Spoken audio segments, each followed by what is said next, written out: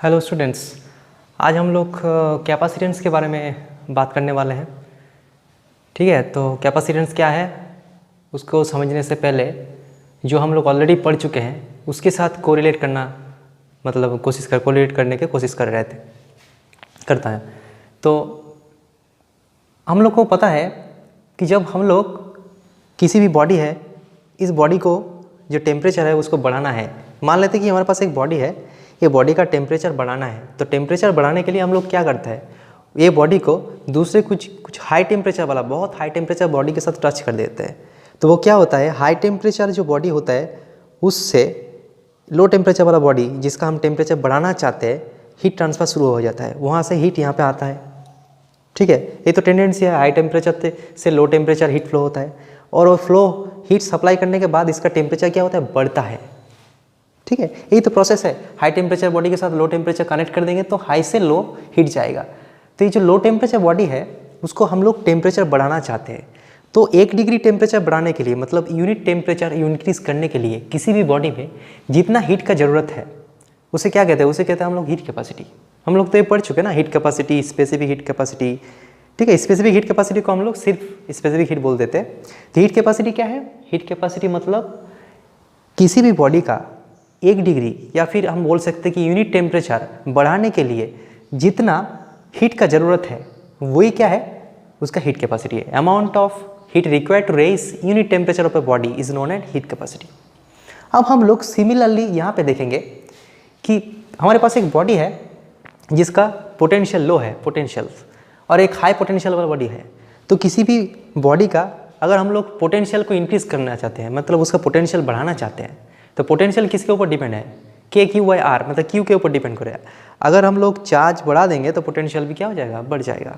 तो इसका जो पोटेंशियल है उसको हम लोग बढ़ाना चाहते हैं तो हम लोग क्या करेंगे, उसी वो जो बॉडी है उसको एक हाई पोटेंशियल बॉडी के साथ कनेक्ट कर देंगे। तो हाई पोटेंशियल से लो पोटेंशियल में क्या होता है, चार्ज फ्लो होता है। तो चार्ज फ्लो होगा, उसके बाद जो ए बॉडी है उसका पोटेंशियल बढ़ जाएगा। तो यहाँ पे क्या है, यहाँ पे हम लोग हीट सप्लाई करके उसका उसका टेम्परेचर बढ़ा रहे थे। यहाँ पे हम लोग क्या कर रहे थे, चार्ज सप्लाई करके उसका क्या कर रहे हैं, पोटेंशियल बढ़ा रहे हैं। ठीक है, तो यहाँ पे पोटेंशियल बढ़ाने के लिए क्या चाहिए, चार्ज चाहिए। तो यूनिट पोटेंशियल बढ़ाने के लिए मान लेते कि 1 वोल्ट पोटेंशियल उसको इंक्रीज करने के लिए, यूनिट पोटेंशियल बढ़ाने के लिए बाहर से जितना चार्ज की ज़रूरत है वही है चार्ज कैपेसिटी। ये था हीट कैपेसिटी, ये चार्ज कैपेसिटी। ठीक है, लेकिन चार्ज कैपेसिटी का और एक नाम है, वो क्या है, कैपेसिटर।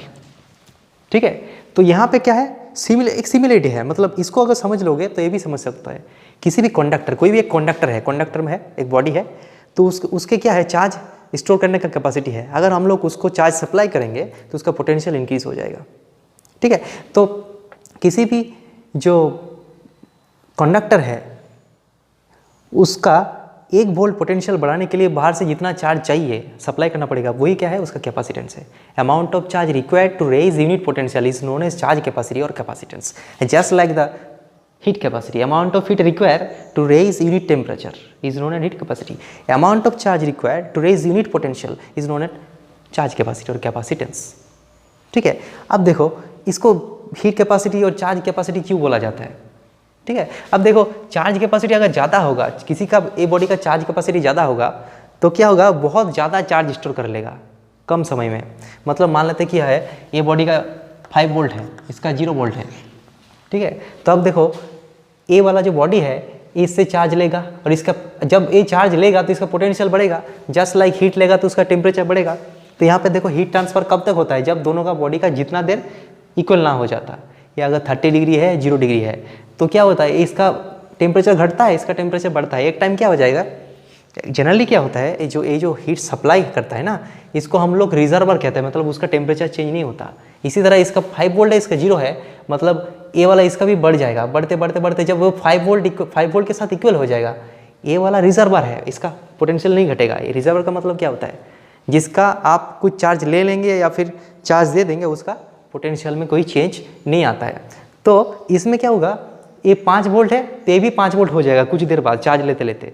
तो वो डिपेंड करता है कि कितना जल्दी वो 5 वोल्ट पहुँचे। अगर 5 वोल्ट वो जल्दी पहुँच जाएंगे तो वो चार्ज उतना स्टोर कर ही नहीं पाया। मतलब वो इजीली चार्ज हो गया। इजीली चार्ज हो गया मतलब उसका उतना चार्ज स्टोर नहीं हुआ, मतलब उसका चार्ज कैपेसिटी कम है, मतलब कैपेसिटेंस कम है। ठीक है, तो इसके ऊपर डिपेंड करेगा कि वो चार्ज कितना हो रहा है, मतलब ये 5 वोल्ट होते होते कितना ज़्यादा चार्ज कलेक्ट कर पाए।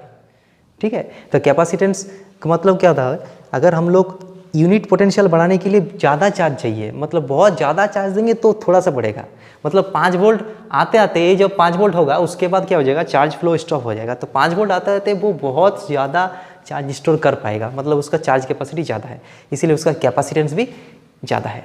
मतलब कोई भी कंडक्टर को हम लोग कैपेसिटेंस बोल सकते हैं। कोई भी कंडक्टर में क्या होता है, चार्ज स्टोर करने का कैपेसिटी होता है। आप उसको सप्लाई कीजिए तो चार्ज बढ़ जाएगा।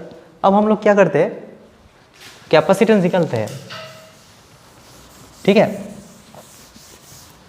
Capacitance of spherical conductor.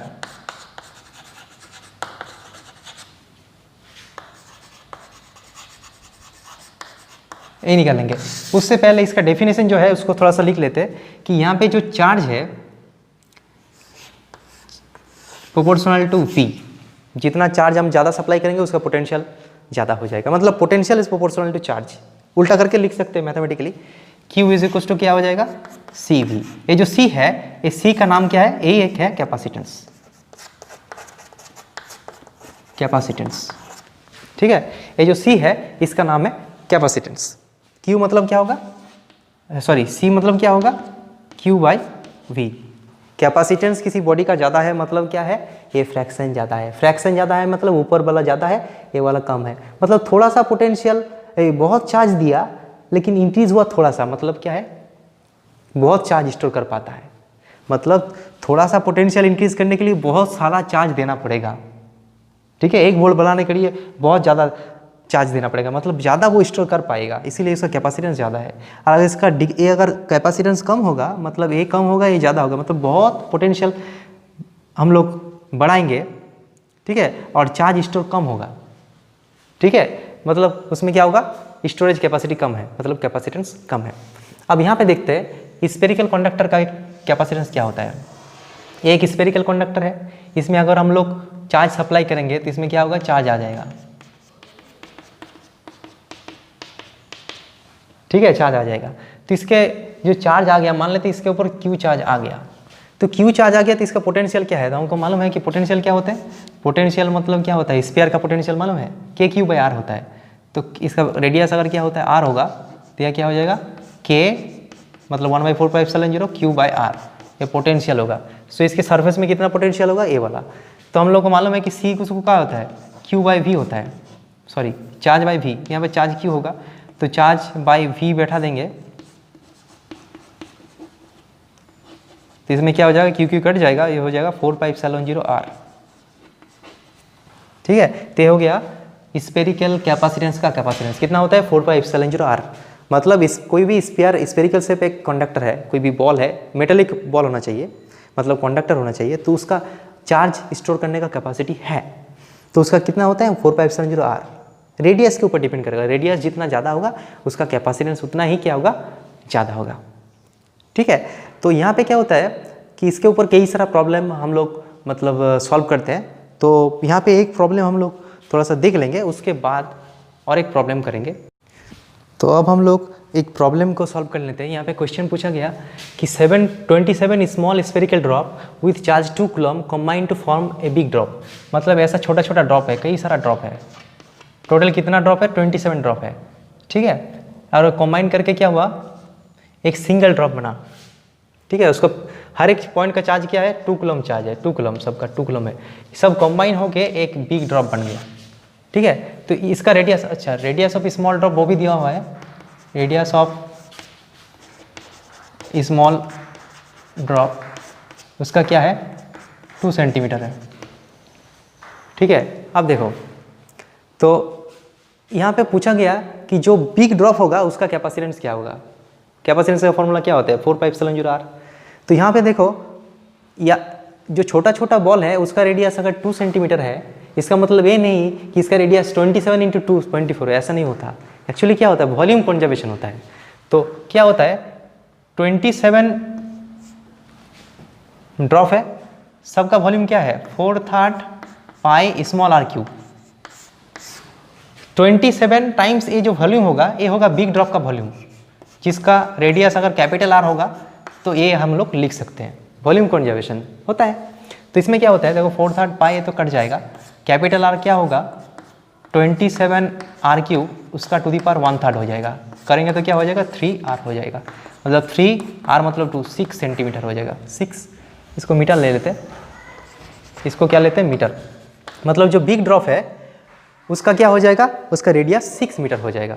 ठीक है, तो जो बिग ड्रॉप है उसका रेडियस 6 मीटर है, तो उसका कैपेसिटेंस क्या होगा, उसका कैपेसिटेंस होगा 4πε0r। 4πε0r मतलब 1/9 × 10⁹ r का मतलब क्या है 6, तो यहाँ पे कट जाएगा 2/3 × 10⁻⁻9 फैराडे। कैपेसिटेंस का यूनिट क्या होता है फैराडे। देखो C = Q/V, चार्ज का यूनिट क्या होता है कूलम, और इसका unit volt, coulomb per volt, इसका नाम है फैराडे, शॉर्टकट नाम है।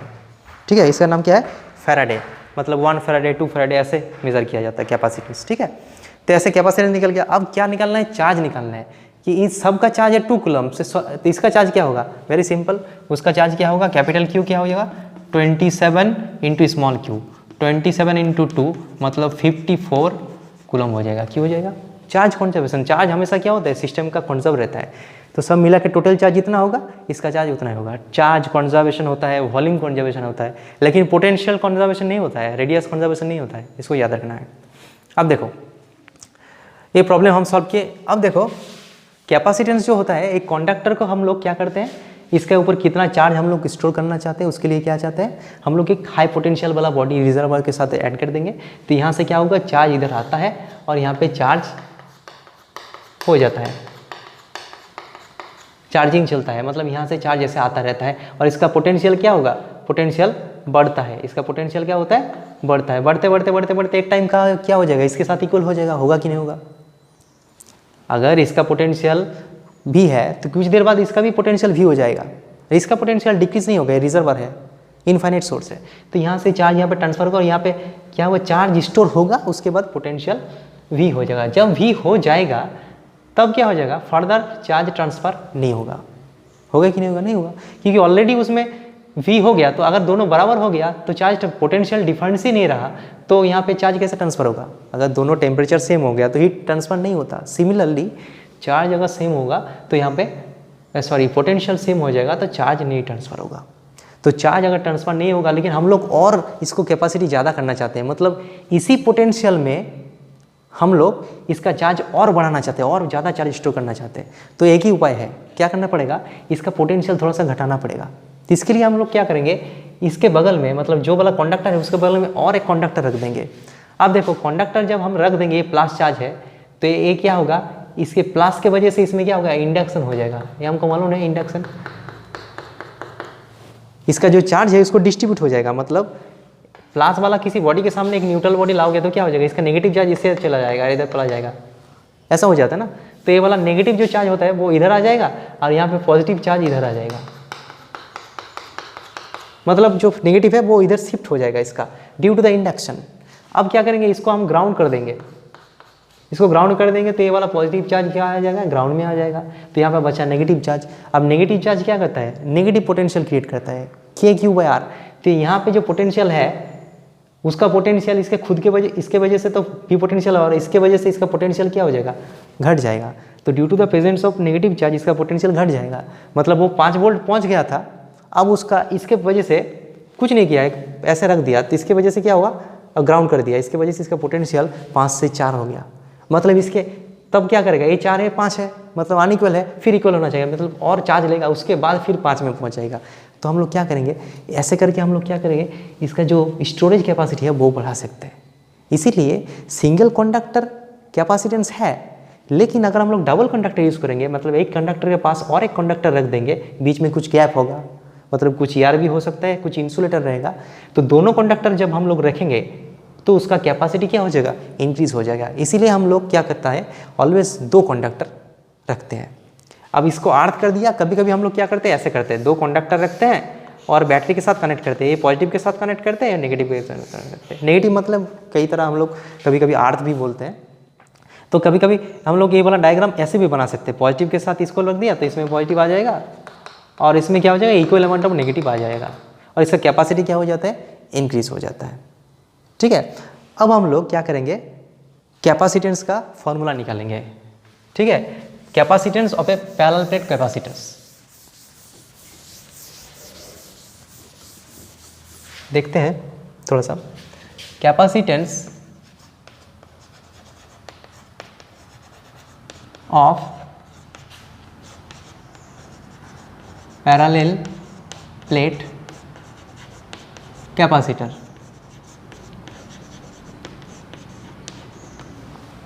ठीक है, एक पैरेलल प्लेट कैपेसिटर्स का हम क्या करेंगे, कैपेसिटेंस निकालेंगे। तो यहाँ पे देखते हैं, यहाँ पे एक ऐसे प्लेट है और यहाँ पे एक प्लेट है, दोनों प्लेट होना चाहिए तभी कैपेसिटेंस ज़्यादा होता है। तो हम लोग दोनों प्लेट लिया और इसके साथ पॉजिटिव, बैटरी का पॉजिटिव के साथ कनेक्ट किया, इसके साथ नेगेटिव। तो इसमें क्या आ जाएगा, इसमें पॉजिटिव चार्ज आ जाएगा प्लेट में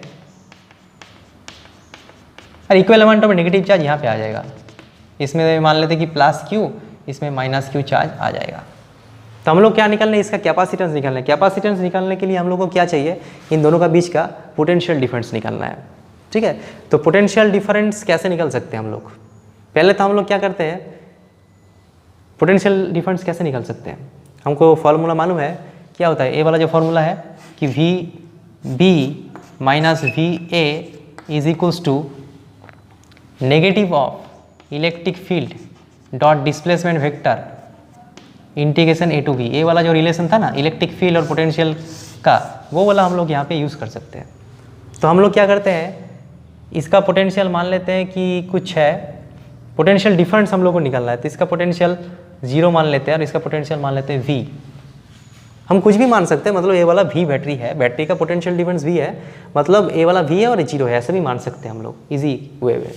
अब देखो हम लोग यहाँ से लेके यहाँ तक जाएंगे और ए वाला रिलेशन यूज़ करेंगे। तो यहाँ पे इलेक्ट्रिक फील्ड कहाँ पे है, ए वाला पॉइंट में देखो इलेक्ट्रिक फील्ड कितना होगा, ए वाला पॉइंट में इलेक्ट्रिक फील्ड क्या होगा, पॉजिटिव प्लेट के लिए इलेक्ट्रिक फील्ड कितना होगा, नीचे की ओर होगा, कितना होगा, सिग्मा बाई 2 एप्सिलॉन 0। ये पता है, अगर हमारे पास एक इनफाइनाइटली प्लेन चार्ज शीट है तो उसके अगल बगल में कितना इलेक्ट्रिक फील्ड बनता है, सिग्मा बाई 2 एप्सिलॉन 0। और नेगेटिव के लिए कितना बनता है, सिग्मा बाई 2 एप्सिलॉन 0। वो भी इनफाइनाइट प्लेट है लेकिन टूवर्ड्स, इसके लिए अवे फ्रॉम इट, इसके लिए टूवर्ड्स फ्रॉम इट, मतलब यहाँ पे और एक इलेक्ट्रिक फील्ड बनेगा सिग्मा बाई 2 एप्सिलॉन 0।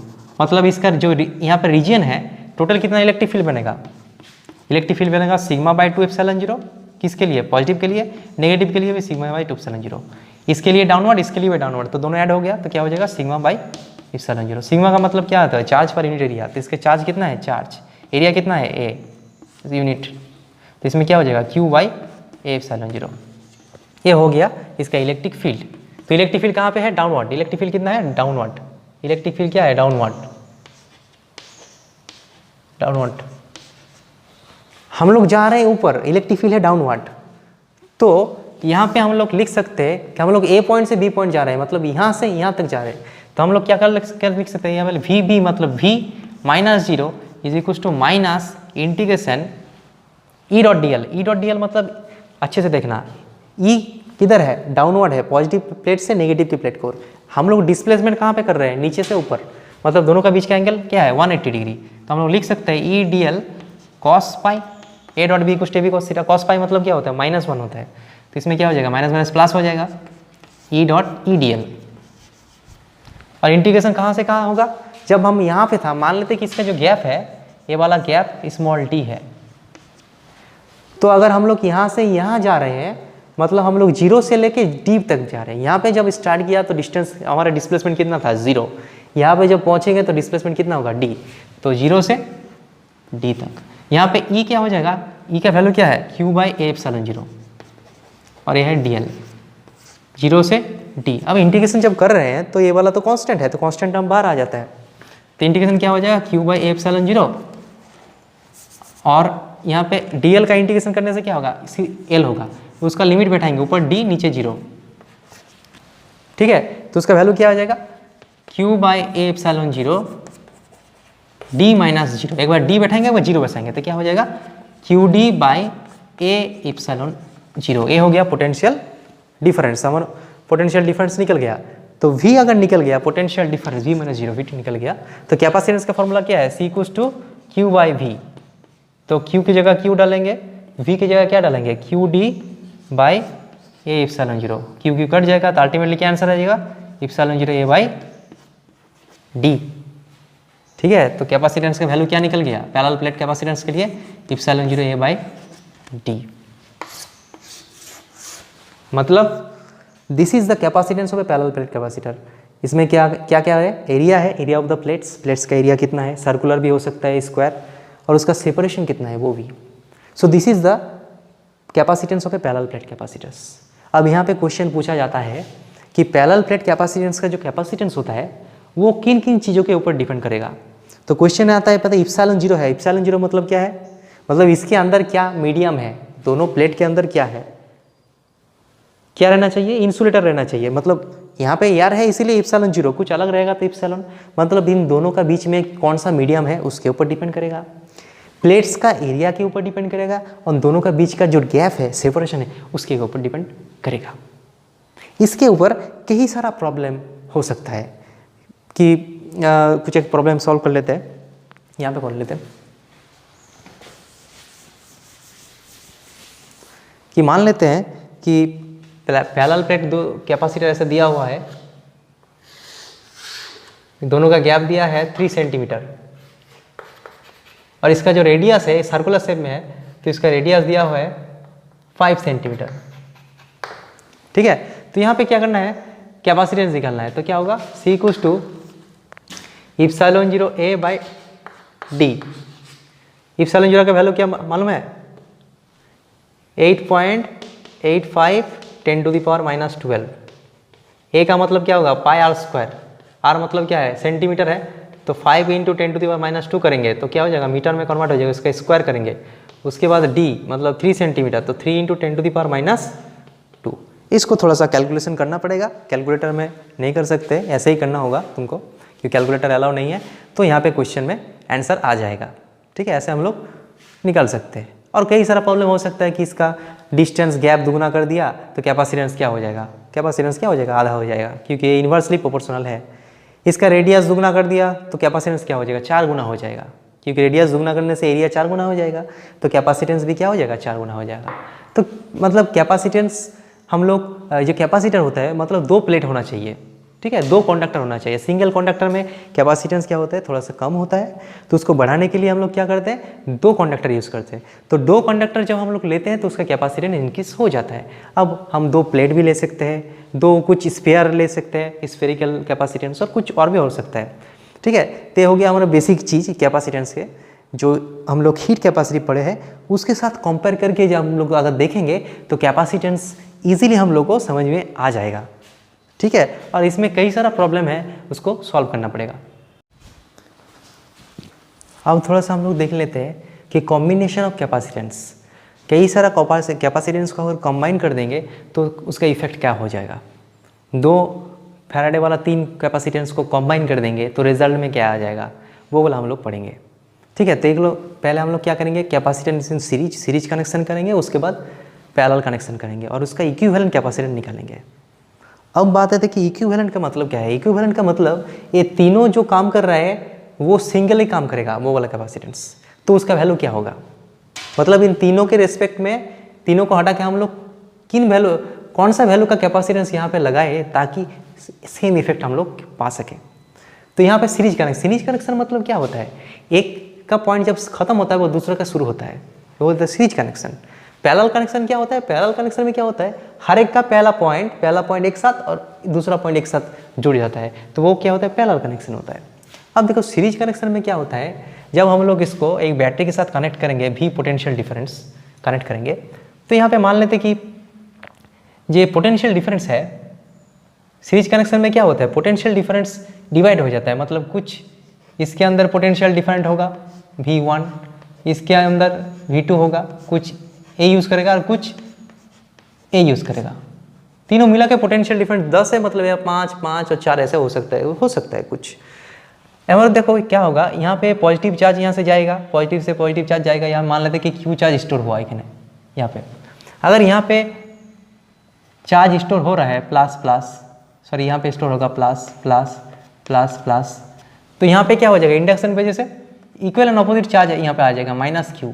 तो यहाँ पे अगर माइनस क्यू आ गया तो यहाँ पे प्लस क्यू आ जाएगा, फिर इंडक्शन की वजह से यहाँ पे प्लस माइनस क्यू आ जाएगा, फिर यहाँ पे प्लस क्यू आ जाएगा, फिर यहाँ पे माइनस क्यू आ जाएगा। मतलब हम लोग देख रहे हैं कि सीरीज कनेक्शन में हर एक कैपेसिटेंस के ऊपर इक्वल चार्ज आता है, मतलब क्यू चार्ज आता है, सेम चार्ज आ जाता है। लेकिन पोटेंशियल डिफरेंस क्या होता है, डिवाइड हो जाता है। तो हम लोग इसको लिख सकते हैं कि जो टोटल पोटेंशियल डिफरेंस है V is equal to V1 plus V2 plus V3। V equal to क्या लिखते हैं कि Q is equal to CV, so V equal to Q by C। तो इसका चार्ज कितना है Q, कैपेसिटेंस कितना है C1 पहला का, सेकंड का चार्ज क्या है सेम है, क्योंकि सीरीज कनेक्शन में चार्ज क्या रहता है सेम रहता है, हम लोग देख चुके हैं C3। अब इसको Q कॉमन ले लेंगे तो हो जाएगा 1 by C1 plus 1 by C2 plus 1 by C3, ये हो गया V। अब अगर इन तीनों को हटा के हम लोग एक सिंगल कैपेसिटेंस रखेंगे और सेम पोटेंशियल डिफरेंस अप्लाई करेंगे और यहाँ पे सेम चार्ज इंट्रोड्यूस होगा, मतलब यहाँ पे क्या होगा प्लस क्यू और यहाँ पे माइनस क्यू चार्ज इंट्रोड्यूस होगा, मतलब चार्ज क्यू होगा, सॉरी माइनस चार्ज होगा यहाँ पे। तो इसमें क्या होगा इक्वेशंस, इसमें हम लोग लिख सकते हैं V is equal to Q by C. A C क्या है, इसके तीनों का इक्विवेलेंट है। तो ये दो इक्वेशन को अगर हम लोग कंपेयर करेंगे, ये जो इक्वेशन है 2 नंबर इक्वेशंस और ये एक इक्वेशंस, एक या दो कंपेयर करेंगे तो आंसर में क्या आ जाएगा 1 by C is equal to 1 by C1 plus 1 by C2 plus 1 by C3। हम लोग पढ़े थे ना 10 में रेजिस्टेंस का कॉम्बिनेशन पैरेलल में, तो ऐसा रिजल्ट आया था। लेकिन यहाँ पे सीरीज में आ रहा है, सीरीज में जब हम लोग कंबाइन करेंगे तो उसका ऐसे कॉम्बिनेशन होता है 1 by C equal to 1 by C1 plus 1 by C और C2 प्लस 1 बाई C3 ऐसा होता है। अब पैरेलल कनेक्शन में क्या होता है, पैरेलल कनेक्शन में देखो जो पोटेंशियल डिफरेंस होता है वो हर एक के लिए सेम होता है, वो सबके लिए क्या होगा V होगा, सबके लिए क्या हो जाएगा V हो जाएगा, इसके लिए भी क्या हो जाएगा V हो जाएगा। इसको हम लोग मालूम है कि पैरेलल कनेक्शन में V जो होता है सेम होता है, और सीरीज कनेक्शन में V डिवाइड हो जाता है लेकिन चार्ज सेम होता है। यहाँ पे पोटेंशियल डिफरेंस सेम रहेगा लेकिन चार्ज डिवाइड हो जाएगा, यहाँ पे चार्ज Q आएगा, यहाँ पे आएगा Q, लेकिन यहाँ पे थोड़ा इधर जाएगा, थोड़ा इधर जाएगा, थोड़ा इधर जाएगा, मतलब यहाँ पे Q1 होगा, यहाँ पे Q2 होगा, यहाँ पे Q3 होगा, ठीक है। यहाँ पे माइनस Q1 होगा या माइनस Q2 होगा, वो अलग बात है, वो तो इंडक्शन की वजह से होगा। तो यहाँ पर हम लिख सकते हैं जो चार्ज है वो तीनों पार्ट में डिवाइड हो रहा है, मतलब Q is equal to Q1 plus Q2 plus Q3 लिख सकते हैं। अब Q की जगह क्या लिख सकते हैं C1, Q equal to CV होता है, तो फर्स्ट के लिए Q1 कितना होगा C1 multiplied by V, V मतलब पोटेंशियल डिफरेंस जो कि हर एक के लिए सेम है। Q2 का मतलब क्या होगा C2 इंटू V, ये होगा C3 इंटू V, तो तीनों कॉमन ले लेगा C1 plus C2 plus C3 into V, ये हो जाएगा चार्ज। अब इक्वेशन नंबर इसको 2 डैश दे देते हैं, ठीक है 1 डैश, सॉरी 1 डैश। अब 1 डैश इक्वेशन के साथ अगर 2 को कंपेयर करेंगे, ये दो अगर हम लोग कंपेयर करेंगे तो हम लोग क्या करेंगे, हम लोग क्या सीखेंगे यहाँ पे, इसको थोड़ा सा डिफरेंट तरीके से लिखना होगा Q equal to CV 2 dash. इन दोनों को अगर कंपेयर करेंगे तो क्या निकल जाएगा यहाँ से C is equal to C1 plus C2 plus C3।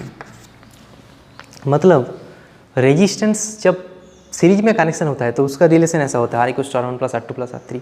Capacitance में जब पैरेलल में कनेक्शन होता है तो वो रिलेशन ऐसा आता है, ठीक है। इक्विवेलेंट का मतलब है तीनों को हटा के ए दे दो काम चला जाएगा, तो उस तीनों मिला के मतलब कितना वैल्यू बनेगा उसका नाम है इक्विवेलेंट।